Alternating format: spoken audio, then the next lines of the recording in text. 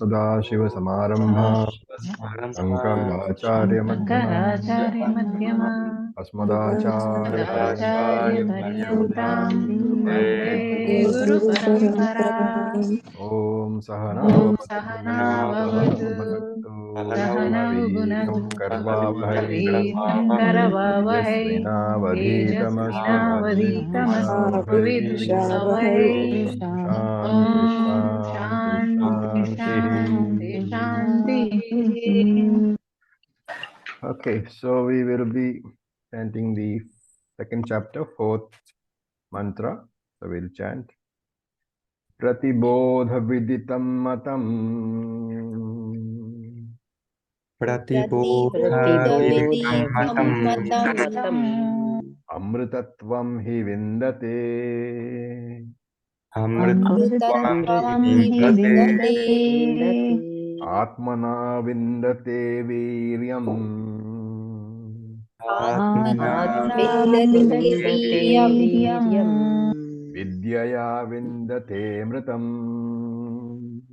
विद्यया विन्द्यते विन्दते मृतम्।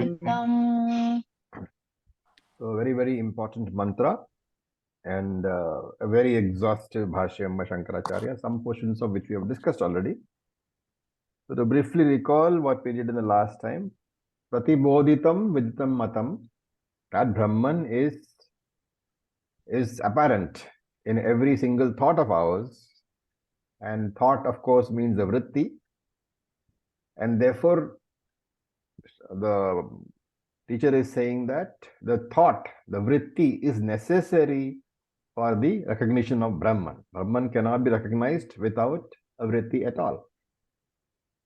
And we discussed last time that the only way that you can understand the knowledge is by using the mind. So the RC is present, and because of the RC, it's only you are able to recognize that you are the OC. Now the thing with studying Vedanta is that you focus so much on the mithya portion of the RC, that RC is mithya, the whole time we are thinking that only. And then we say, okay, we are Satyam, but RC is mithya. So I am the OC and RC is mithya. So what is the tendency? I tend to dismiss the RC. Okay. The problem with dismissing the RC is what? The RC is the mind. Without the mind, there are no thoughts. And pratibodhitam viditam matam. Where is the question of recognizing Brahman without the thoughts? Because Brahman has to be recognized as the manifestation of consciousness in that very thought of yours. Thought is what? Thought is inert. Thought is jada. It is anatma. But enlivening that thought is Brahman. So without RC, without thought, there is no recognition of Brahman. So what is the solution? Solution is not to say that RC is different from Brahman, because that is why we are dismissing RC. The fact that you are dismissing RC as mithya is because of the understanding which, of course, Vedanta itself gives in the very beginning stages of your teaching, that there is an anatma which is mithya and there is atma which is satyam. And therefore, anatma is of a lower level than atma, which we have said all throughout. But here you have to understand that if you think of RC as different from the OC and you are dismissing the RC, then you are dismissing the body, mind, sense complex itself. Without the mind, there is no thought. Without the thought, pratibodhitam viditam matam cannot be there. Brahman can be recognized only in the thoughts. And therefore, the solution is not to say that RC is different from the OC. The solution is to understand this RC is only appearing as the OC. It is not different. But RC, because of the RM, it is appearing as the OC. And really speaking, RC is not different from the OC at all. So this is what is being tried. This is what the mantra is trying to convey. That you have to drop this orientation that there is a RC which is mithya. That RC of yours is not different from the OC. The only problem is I think of it as the RC. Why? Because the limitations of the RM are being seen as the limitations of the RC. And that is what we said last time.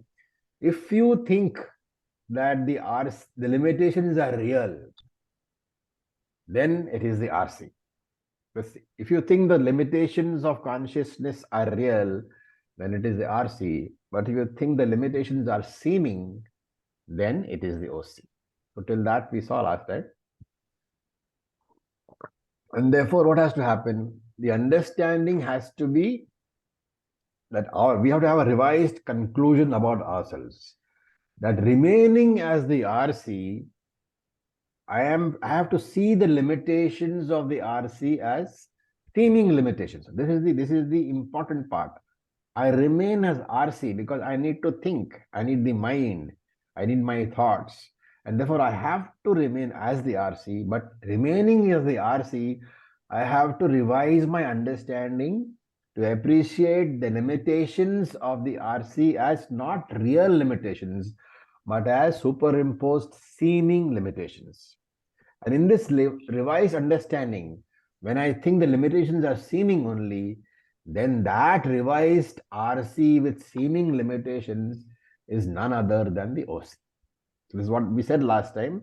The factually limited I, the I with limitations, which are in fact limitations, is RC, but the seemingly limited I is the OC. So the factually limited I is Chidabhasa. The seemingly limited I is Chit only. And when I claim myself as Chit, as the witness of all the thoughts, then I am free from arrival and departure. I am janma marana rahitam, meaning that I am nityam. When the mind arrives and goes, when does the mind arrive and go? How do we say that? Because Sushupti, the mind is not there. So the mind arrives and goes. Mind arrives in Jagrata Avastha with a certain amount of nature. The mind arrives in Swapna Avastha with a slightly limited nature. But the mind arrives and leaves in both Jagrat and Swapna Avastha. In Sushupti, it does not arrive or leave. So when the mind comes and goes, I seem to be going and coming. But understanding is what? I am Atma. I am the observer. I have the nature of being eternally pure. So Shankaracharya says, Nityatvam Vishuddha Sapswarupatvam. Adi Atma, I have the nature of being eternally pure and free from any defects at all. Atma cannot be purified. It does not need purification. What needs purification? It is the mind which requires sadhana chatushtayam. But here, at this stage of my life, I have to say that, but I am Brahman. I am Nitya Shuddha. I am eternally free. So, whether the mind is improved or not, it does not affect my freedom at all. As Brahman, I am free from the mind. I can always improve the mind to enjoy the transactions which I do. But to improve the quality of my life, just as I improve my body, I can improve the mind also. But that is not really relevant to my Brahman status. It's not relevant to moksha because I am Nitya Shuddha, Nitya free. I am always free. And therefore, whenever I think of this consciousness with limitations, like this consciousness is located in my mind. When you say my consciousness, that my is a limiting factor. It is restricting the location of consciousness to your mind, to your body. And therefore, it is the RC. Limited by the mind, the OC is called the RC. But when I understand that consciousness as being reflected, as being manifested by the mind, then it is OC. Because manifested consciousness, the mind is only a reflecting surface. And therefore, it is not limiting the consciousness. So that understanding has to be very clear. Whenever I think of consciousness as located in my mind, then it is a RC. But whenever I realize that the location is only seemingly so, you have to say the consciousness is also there in the mind. By simply adding the word also, you are freeing the consciousness from the limitation, because it's not saying that consciousness is there in my mind only. You are saying it is also there in my mind, which means that consciousness is being manifested. It is reflected by my mind, and therefore all limitations are only seeming limitations. When I say that, then it is the OC. When I say my consciousness is subject to arrival and departure, it is the RC. But I know what comes and goes. The RM comes and goes, and therefore the consciousness seemingly comes and goes. When I understand that, then it is the OC. A very important point. It is the same consciousness. I can say that my consciousness is subject to arrival and departure. That is the RC. But when I say that it is the RM that comes and goes, and therefore the RC seems to come and go, then it is the OC. So when I understand consciousness in the mind as the knower of everything, but changing knower, because it comes and goes. The mind is available at certain times, the mind is not available at certain times, and therefore the consciousness of mind is coming and going. When I think of consciousness as that kind of consciousness which comes and goes, it is the RC. But when I think of the consciousness as the permanently present consciousness in my mind, which appears to come and go because of the coming and going of the RM, of the mind, then that consciousness is called OC.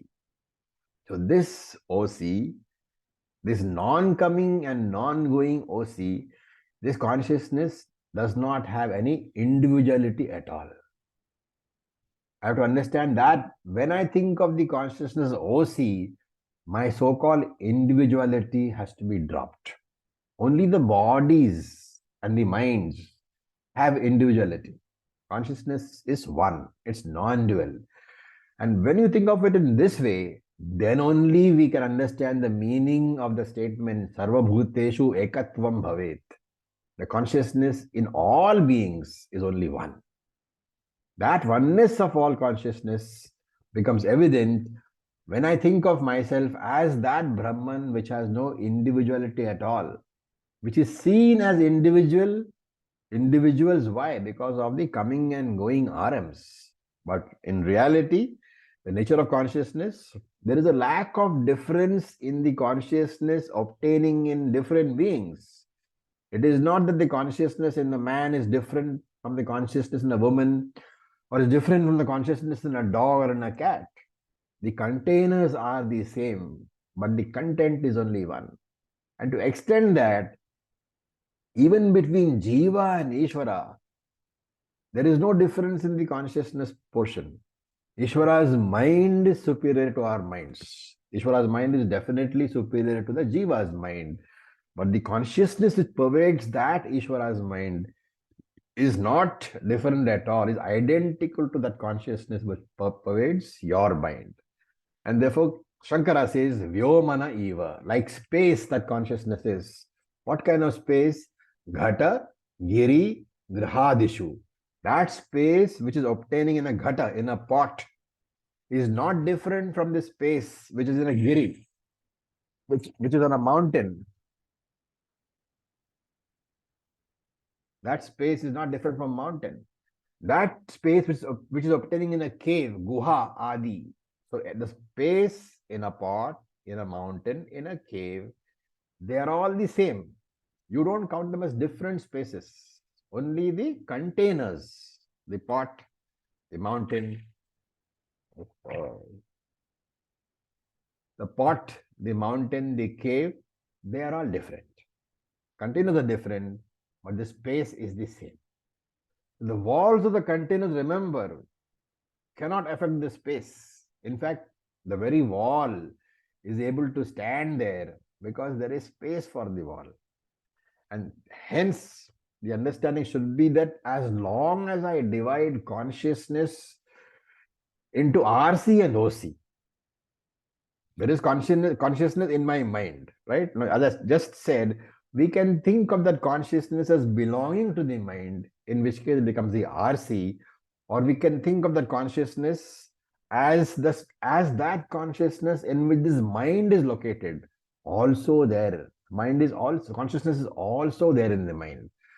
So once you divide into the consciousness of the mind, it is RC.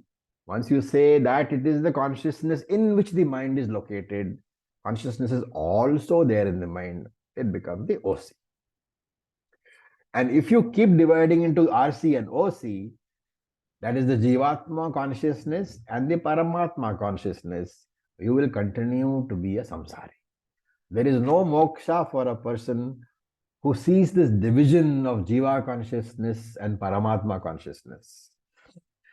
Because when I understand that I am Brahman, I have to understand it in a very specific manner. In Vyavaharika, I am the same Brahman, but I function as the RC because of the seeming limitations of the minds, of the RMs. And he quotes from Shruti, Shankara quotes from Shruti in support of this definition. So there is a Brihadaranya Upanishad mantra which says, Drishte drishta, Shrute shrota, Manter manta, Vijñater vijñata. The seer of the perception, the hearer of the hearing, the mind of the mind, the knower of the knower. And we saw in this Upanishad itself earlier, the eye of the eye, the ear of the ear. This is what it means. That in every perception, every experience, that Brahman is there. You need not work for Brahman experience. You cannot work for Brahman experience because the Brahman experience is there in every single thought of yours. Pratibodhitam matam. Therefore, what should we do? We should not work for Brahma Anubhava because we understand that every thought of mine basically is Brahma Anubhava only. It's experience of Brahman only. Therefore, what should I work for? I should work for the experience of Jnana Phalam. I should work for experiencing the consequences of the Jnana. And therefore, study of Vedanta, remember, is for Jnana Phala Anubhava, not for Brahma Anubhava. And this is the knowledge. Now look at the second quarter. Amritatvam hi vindate. By this knowledge, a person attains immortality. By knowing that Atman is myself. First of all, I know that Atman is Brahman. And then I know that Brahman is me. And therefore, Atma is Brahman. Thereafter, my vision changes. Earlier, what was I? I was a body with consciousness. There is my consciousness in my body, therefore I am mortal because I am the body. Now what is it? It changes. I am consciousness with a body. So that body is mortal, but I am immortal. And to come to this, knowledge is required. What is that knowledge? That is indicated in the third quarter. Atmana vindate viryam. So Atma here means the qualified mind. The mind which has got sadhana chatushtaya antakaranam, the jnana yogyata mind, prepared mind. And therefore, viryam here means jnana yogyata, eligibility for the knowledge. And Shankara comments on this in a very detailed manner on these 2 or 3 quarters. So let us look at Shankara's quarter or Shankara's commentary, Bhashyam, on the second quarter, Amritatvam hi vindate. So Shankara says that by this, the mantra means that by Brahma Jnanam, Amritam, immortality is obtained. And what is this Brahma Jnanam? That is the most important point. The Brahma Jnanam is the non-changing consciousness which obtains among all changing thoughts and experiences. So remember we said earlier that every experience consists of 2 portions. One is the non-changing portion and one is the changing thoughts. So the changing thoughts account for the changing experiences. So if you have a pot thought, it's a pot experience. If you have an apple thought, it's an apple experience. If you have a mobile phone thought, it is a mobile phone experience. But beyond all that, behind all that, there is the I am thought, the non-changing consciousness. And so you have to further say in addition to saying that there is a non-changing consciousness, which is the substratum of all the changing thoughts, you have to go one step further.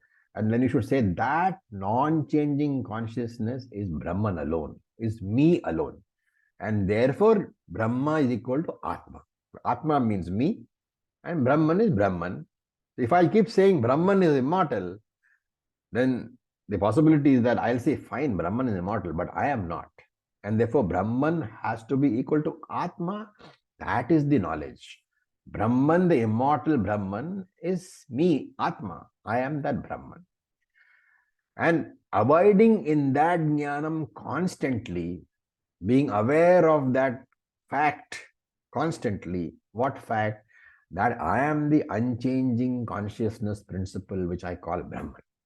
That constant thought in your mind, you are never away from that thought.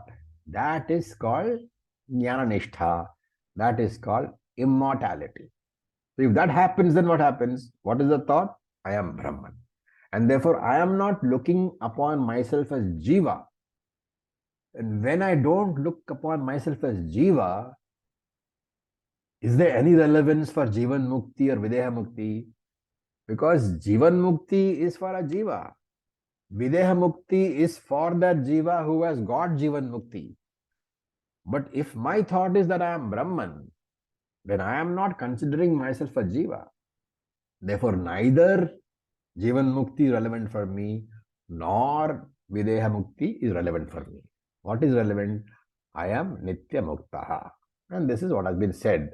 When he says Pratibodhat Viditam Atmakat, knowledge of Brahman in such a manner that I know that that Brahman is available Pratibodhitam Viditam in every single thought and experience. Which is saying exactly what? That I know that I am a Brahman constantly.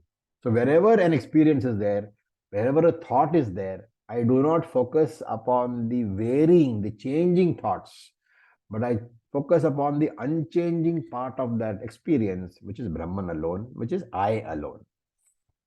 And therefore, Brahma Jnanam, Shankara says, is Brahma Jnanam only under one condition. And what is that condition? That Brahman is understood as I, the consciousness, obtaining in every single experience. This is the message. So in every experience is in inverted commas. It is very, very important from the Vedantic point of view, because then the idea that one has to go into samadhi to experience Brahman becomes falsified.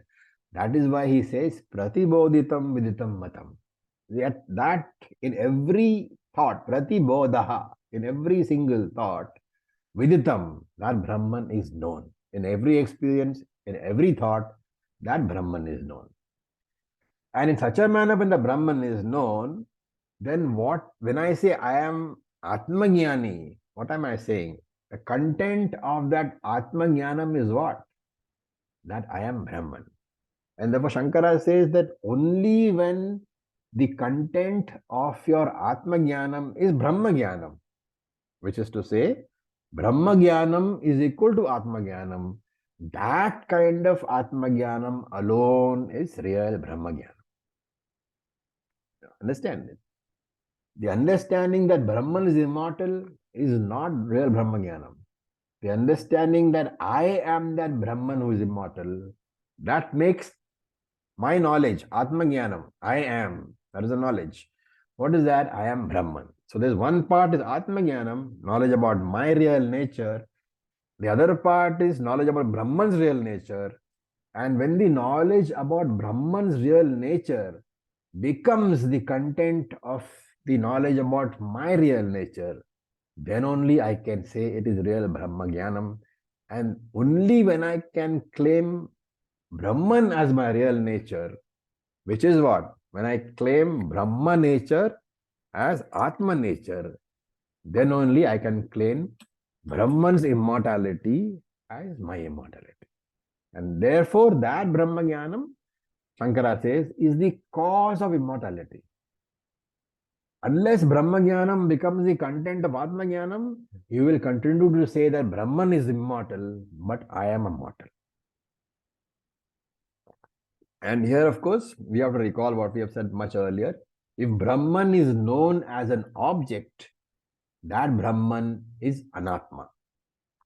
And even if that Anatma status of Brahman is known, even if that Anatma Brahman is immortal, because it is Anatma, that immortal status of Anatma Brahman cannot be the cause of my immortality.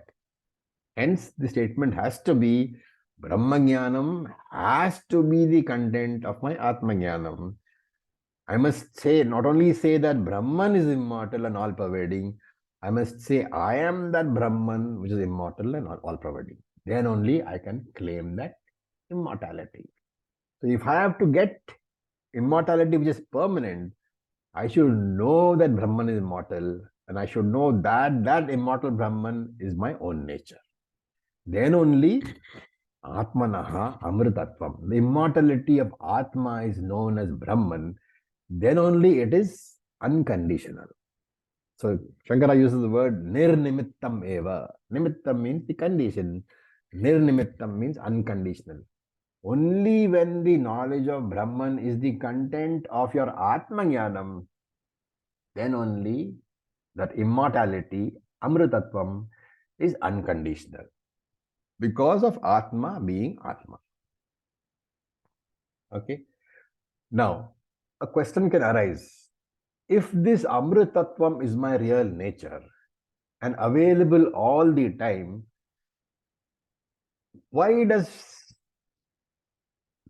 Shastra says that Amritatvam is a sadhyam, is something to be obtained? Because if you are immortal all the time, then that is a Siddha Vastu. It is an already obtaining status. In that case, there should be no sadhana possible, because sadhana is always for a sadhyam.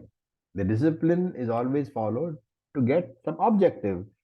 But if that objective is immortality, which is an already achieved state, which is what you are saying when you are saying that Brahman is my real nature and that immortal Brahman I am. If you are saying that, then there is no objective at all. There is no sadhyam at all. And if there is no sadhyam at all, then the question will be, why are you asking me to study Vedanta? What is the answer to that?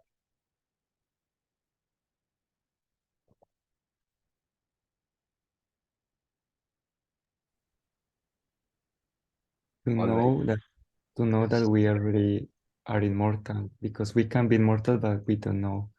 So if we don't study Vedanta, we will never know that which we are. Yeah, it's like, the spectacles on your forehead, which you have forgotten are there and which you are searching for. So there are many people, where are my specs? Where are my specs? They go around, but the specs are there on the head. What is the point of the argument is that the spectacles are already there on the head.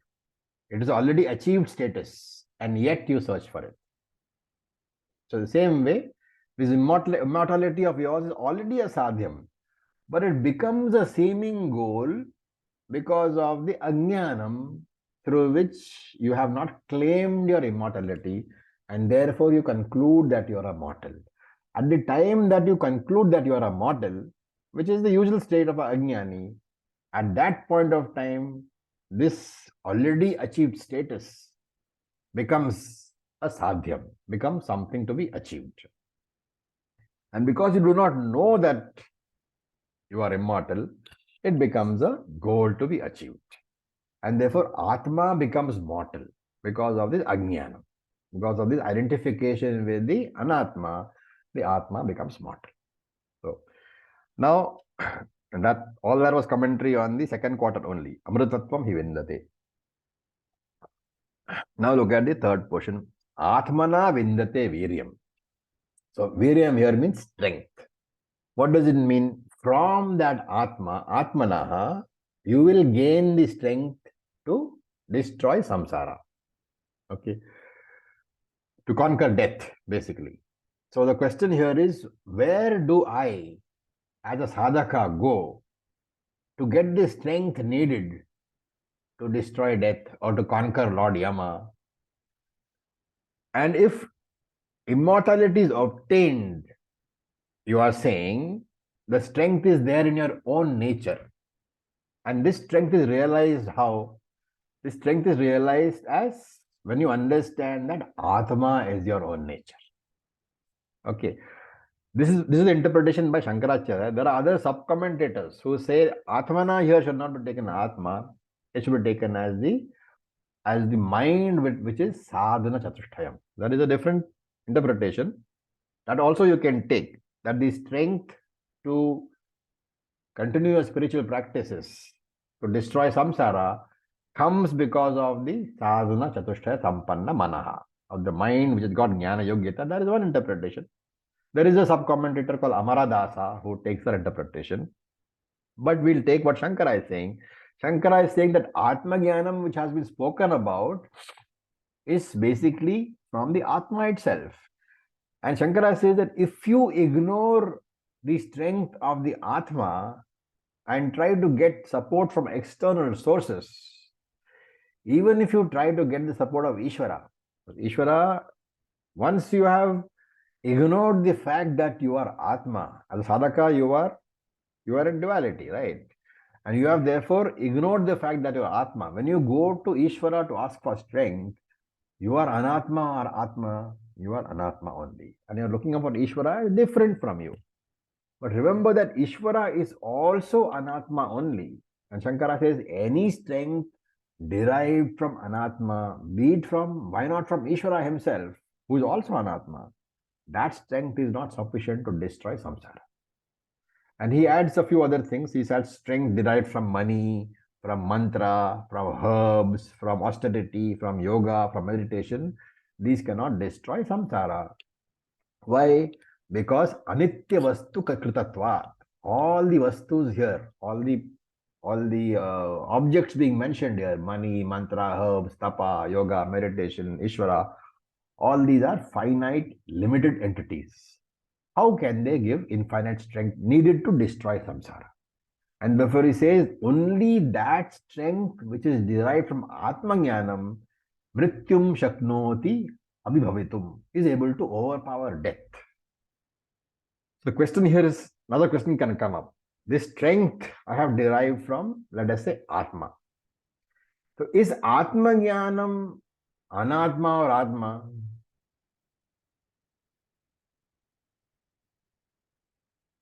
Anatma. Atmajnanam is Anatma. Why? Because anything apart from Atma is Anatma. Therefore, Atmajnanam is also Anatma. Then the question can be, how can that Anatma, Atmajnanam conquer samsara? Then the answer is, where is that Atmajnanam derived from? From the Atma itself. Atmajnanam by itself cannot directly destroy samsara, but Atmajnanam enables me to draw the strength from Atma. So that is the key here. It is not Atmajnanam by itself which is destroying samsara, which is giving moksha. It is the Atmajnanam, because of the Atmajnanam, because of Atma Vidya, you are able to draw strength from Atma, which is your real self. And what is the nature of that strength? You are claiming that you are Atma, and you are drawing your own power from your own self to claim that you are Atma. That is because the strength comes from Atma, it is infinite in nature. It is Atmajnanam which enables you to draw the strength. So it is not Atmajnanam which destroys samsara. It is the strength from Atma itself which destroys samsara. So we can take a very worldly example for this. Supposing I have got some fever and doctor has given me some medicine in a bottle. The medicine has to go into the bottle and into my body to cure the fever, right? Now, can you say the medicine cured the problem? You cannot say the medicine cured the problem. Because unless that medicine has gone into the body, it will not cure the fever. Therefore, Atma Vidya, when you say Atma is like the medicine, Atma Vidya is like drinking the medicine. So you need both. But it is not drinking the medicine which cures. Drinking the medicine is the way of putting that medicine into your body. It is a medicine which cures. Therefore, Atma Vidya injection enables the strength of the Atma to be available to you. And therefore, he says, Atmannaya Vindate. The strength comes from Atma only and not from any other source, not from Atma Vidya, not from Ishvara also. Ultimately, the strength you draw from your own self, that strength is the strength which enables you to destroy mortality. Very, very powerful Asham on the third quarter. And now we will look at the fourth quarter. The fourth quarter is Vidyaya Vindate Amritam. This strength, this knowledge, Vidyaya, born out of Shastram. And remember, we talked about two different types of words, descriptive words and introductory words. So this knowledge, when you say, this is not descriptive words, these are introductory words. Already introducing to you something which you already have, Atma.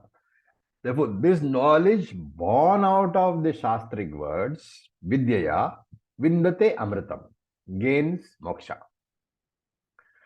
Now, a question can come up. They are saying, Vidyaya Vindate Amritam. Should it not say Atmana Vindate Amritam? Instead of saying that knowledge gives you immortality, why is it saying that Vidya, Atma Jnanam gives you immortality? Because this is directly contradictory to the discussion we had just now over the third quarter. You're following? Hopefully. Third quarter said something, but now here this quarter is saying something completely different. So the question can arise, should it not be Atmana Vindate Amritam? Why is the Shruti saying Vidyaya Vindate Amritam? Shankara explains there is no contradiction at all because the strength drawn from Atma Vidya is coming from where? From Atma only.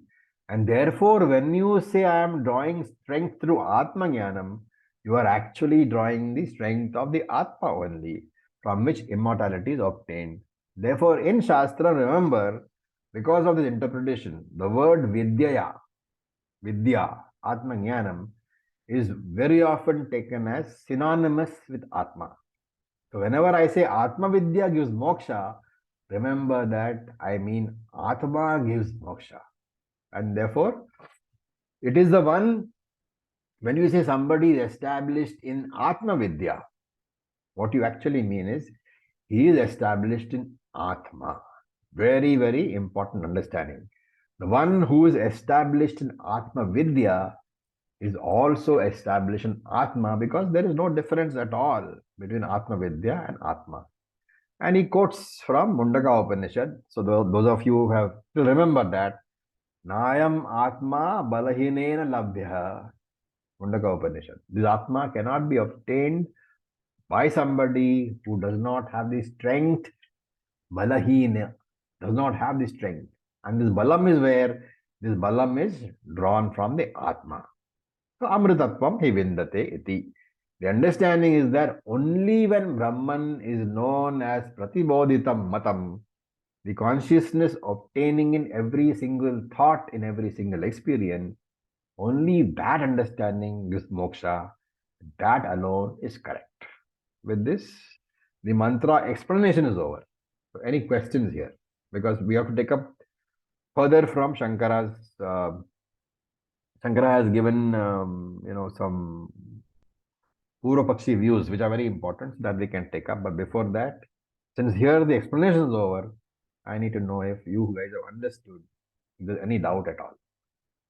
It's a very, very potent verse. It has spilled over into now the second class.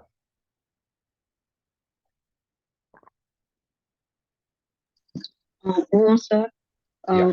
I didn't understand that part about where you said don't work for Brahma Anubhava, but the goal should be Jnana Phala Anubhava. What Yes. was the difference? I Pratipuritam didn't understand. The experience of Brahman is there in every thought. Right. And therefore, this is actually talking about people like, for example, Yoga Shastra, who says that in Samadhi you get liberation. So that liberation is the experience of Brahman in Samadhi. So we are saying what? When is Brahman experienced? Brahman is experienced in every single thought of yours. And therefore, there is no need to go looking around for Brahman experience. Right. Instead, And Jnana. Jnana Phalam is, what is Jnana Phalam? Jnana Phalam is reduced FIR. Okay. That is Jnana Phalam. Okay. Work for that. Okay. Got it. Thank you. Thank you, sir. Sir, in this discussion, when you said that you draw the strength for the vidya from Atma itself, the strength from Atma, do you say it in context to Anatma being Mithya? Anatma is always finite. And you need infinite strength because moksha is infinite. To get there, you have to draw the strength from Atma alone. Your understanding has to come from Atma alone. Any understanding with Anatma is not going to get you anywhere. So constantly assimilated Brahmasmi is. Constantly knowing that I am Brahman. That alone is Atmajnana. And you don't consider that Brahman different from you, which is very important. If you consider Brahman different from you, then Brahman is Anatma for you. No. Because you Thank are, you what so is much. you? What is Atma? Atma means me. Atma literal meaning is I. Okay. And that is why he says Atmajnanam, which means the knowledge of yourself, your real nature. The content of that knowledge has to be Brahmajnanam. Brahmajnanam means all those qualities of Brahman which we know. Sarvagataha, Nityaha, all those things. Maranarahitaha, Janmarahitaha, all those things are part of Brahmajnana. All that knowledge has to be part of that Atmajnana. Okay, now Shankara introduces the views of two Purva Bakshis. Okay, so one is a very famous philosopher called Bharatra Prapancha. Bharatra Prapancha. Prapancha is a surname, okay, he's not universe over here. Bharatra Prapancha is a philosopher, and the other philosopher is called Kanada. So two philosophers there. The philosophies are Bharatra Prapancha has propounded a darshanam called Jnana Karma Samuchaya Matam. It is a mixture of jnana and karma. Samuchaya means mixture. And Kanada has propounded what? Very famous. What is Kanada's philosophy called? Vaisheshik. Okay. So now first look at the Jnana Karma Samuchaya Vadi. I'll give you a brief outline of what the main principles are, and then we can see what Shankara has to say about it. So Bharatra Prapancha says that janati, knowing, comes from a verb. Janati is a verb. And what does a verb normally indicate? It indicates kriya. So I hope you are understanding this. Verb indicates action. Whenever I say walking, and walking is an action. When I say drinking, drinking is an action. Walking is the verb, and it is indicating that action is taking place. And therefore, this Bharatra Prapancha says that when the Shruti says janati, knowing, that knowing, because it is originating from a verb, the verb indicates action, and therefore the action of knowing has to be done to understand Brahman. And then the argument is that the action of knowing can be done by whom? A sentient entity or an insentient entity?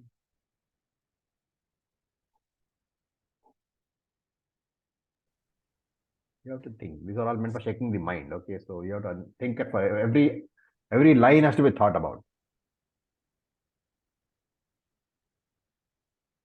So what is the answer to the question?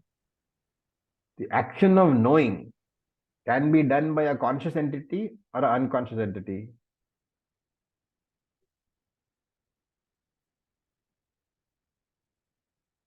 This is no longer a lecture. You have to answer, because without By that I won't. sentient entity, because knowing has to be done through the RC. I mean, the Has to second be a part. sentient entity, right? Now the Bharata Prapancha says that the mind is anatma. So mind is not sentient. And therefore you cannot say that the mind is doing the action of knowing. In the RC, there are two components, the RM and the OC, which is gives you the RC. And here, if we take the mind as the RC, he says out of the two components, one is sentient, which is the OC, and one is insentient, which is the RM, which is the mind. And the mind being insentient, the RM cannot be doing the action of knowing, and therefore the action of knowing has to be done by the sentient component alone. That sentient component is what? Is Atma. Has to be done by Atma alone. Okay, so here Bharata Prapancha is saying that it is Atma which does the action of knowing, not the mind, because mind is insentient. That is one. The second argument is that Atma is not Indriya Gocharam. That is, Atma is actually Indriya Agocharam, not perceptible to the Indriyas. And therefore, Pratyaksha Pramanam cannot apply. And therefore, if you are saying Atma is got something, some qualities, it has to be inference, Anumanam only, right? So here, if you are saying that Atma is the knower, the argument is that Atma is not available to the sense organ. Therefore, you cannot perceive that Atma knows. And therefore, when Shruti says Atma is the knower, that knowledge of Atma is a knower is coming from Anumana Pramanam. It's an inference. Because you are saying Atma is not available to sense organs, therefore the action of knowing has to be Anumana Pramanam. I'll give you an example. For example, you see some visible fire on a mountain, or visible smoke on a mountain. What is the inference? That fire is there in the mountain. Or you see the leaves of a plant moving. What is the inference? What is the inference? There is a breeze or a wind. There is a breeze. That invisible breeze is not available for your sense organs, and therefore the inference is that there is a breeze.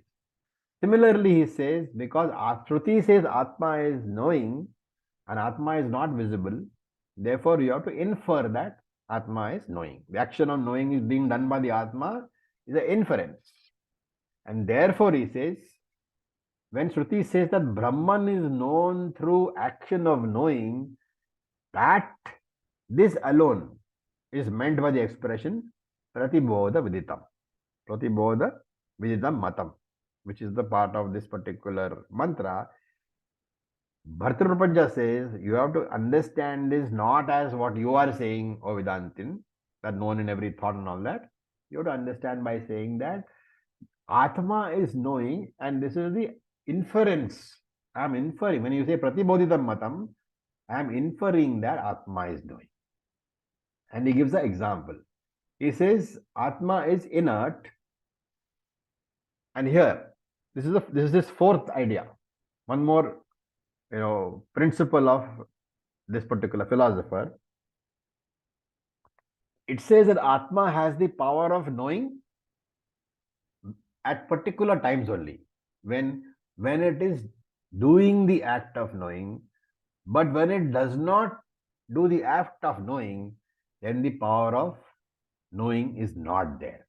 It's a very, very important idea being put forward by them. What he is saying that normally Atma is, naturally, by nature, Atma is inert, but when Atma is doing the action of knowing something, then that Atma becomes sentient. You're getting it? That Atma is sentient only when it is in the act of doing something. Therefore, there are times when Atma is sentient and there are times when Atma is not sentient. It has got dual nature. Naturally, it is inert. But the sentiency is a product of the action. And therefore, Jnanam is a product. Too complicated? This is Vedanta. So the basic principles of Atma are then You have to remember not applicable. always Yeah. remember that we are talking about Bharata Prapancha, not about Vedanta. Yes, right. Don't confuse. This So he's entire a Purva argument Pakshi. is by Purva Pakshi only. Purva Pakshi who's giving an opposite view. Yeah. So Shankara says that, okay, you are saying that knowing is an action done by the Atma, and therefore that sentiency, that knowledge is subject to arrival and departure. Right? So what he is saying is, when the knowing action is being done, when the knowing action arises, at that time action is endowed with consciousness. And therefore, only at that time, Atma is sentient. Only when the act of knowing is going on, Atma is sentient. When the act of knowing is not going on, or when the act of knowing ends, then Atma will become insentient again. This is what is the base, one of the theories of this Purva Pakshi. And Shankara says, okay, let us accept if all inert materials, normally you say inert materials are incapable of producing consciousness. How can that inert Atma alone have the capacity to know? Right? So, if any inert material has the capacity to know, then you can say that in the morning when I get up, why can't the dining table say hello to me? Because it is also inert material. But this Purva Pakshi is saying that that is not true. Only the inert Atma. The idea here is that Atma is inert. Therefore, like all other inert materials, it should be incapable of producing consciousness. But he says there is this Atma has the possibility of producing consciousness. Okay. And therefore, Atma is capable of becoming conscious and do the action. Then Atma is Savikara or Nirvikara. Atma is an inert material, but it becomes conscious at particular times. And therefore, Atma is not Nirvikara anymore. Atma is Savikara. And therefore, he says, because of what you are saying, that this Atma is sometimes being conscious and sometimes not being conscious, then Atma will also be subject to change. A Savikara Vastu will be Shadvikara, subject to all the changes of the Tattva Bodha. And therefore, that Atma will be mortal or immortal. It will be mortal. Furthermore, he says, if there are changes, then the Atma will be composed of parts. And anything which is the assembly of parts, we saw in Tattva Bodha, is anitya only, because the parts will decompose. And therefore impure. And hence, having all these problems together, you will find that that Atma will also have birth, will also have deterioration, will also have death. And therefore, hey Bharata Prapancha, he says, your philosophy converts Atma into a samsari. So you should be rejected. Do you understand? Why this? What is the argument? Says your argument will effectively mean that Atma will be subject to change. Anything subject to change cannot be immortal, and therefore Atma will also become samsari. And therefore, the whole idea of the Veda itself is irrelevant, because your Atma is also samsari. Then what are you studying Upanishad for? And therefore, your matam has to be rejected. Okay. Any questions so far? This is about Bharata Prapancha. We have got two more matams to take up, Nyaya Vaisheshika and Buddhism, which we will do in the next class. But so far, any questions are there, we can answer.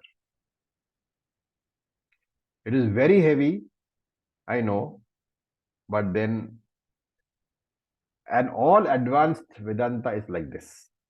Mundaka and Kathopanishad and Kaivalya were more or less child's play. Now you will find that as Taittiriya comes in, as Mandukya comes in, it will be more and more involved, what they call ideas that are being thought about. The Purva-Pakshi's views are being quoted, they are being negated. A lot of technicalities there. But at the end of all this, if you are able to stay the course, you will have a very clear understanding of what Vedanta is.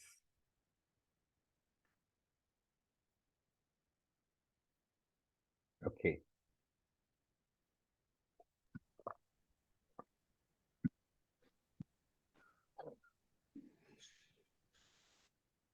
Om, sir. Yes, Sundar. Finally, I don't think we will be able to say even that I am Brahman. If somebody asks, who are you? I just Silence is the best quite answer. like Ramana Maharishi does. Yes, you have to just keep quiet. Because if you say I am Brahman, Where did that I come from? You are implying that, there is something else apart from me. Yes, sir. Okay. That is why all these jnanis, they prefer silence over it. Yeah, you remember Kaivalya Upanishad, no? The jnani becomes nativadi. He does not talk at all. Because he knows that nothing can really explain what is Brahman.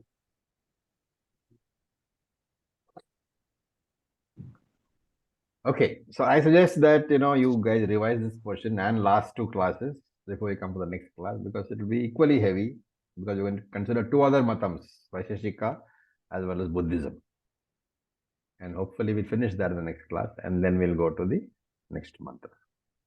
Om Purnamadav Purnamidam Purnat Purnamudachyate Purnasya Purnamadaya Purnamevavashishyate. Om Shanti Shanti Shanti Shanti. Om Tat Sat. Om Namah Shivaya. Thank you for your patience. Om. Thank you, Acharya.